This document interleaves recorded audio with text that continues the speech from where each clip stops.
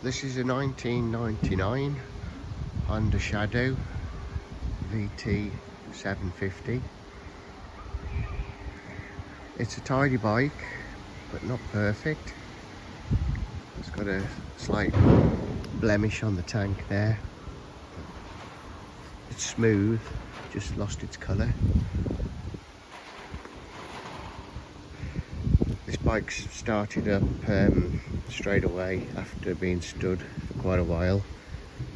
I bought it in Ohio a few months ago. I've rode it, everything works on it, the clutch, the gears, the brakes. It's the Speedo works. It's got 31,350 on the clock.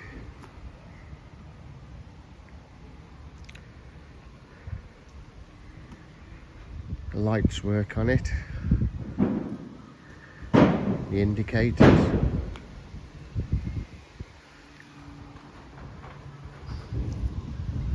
The only problem I found with it is the horn doesn't work, and there's a slight petrol drip from the carb.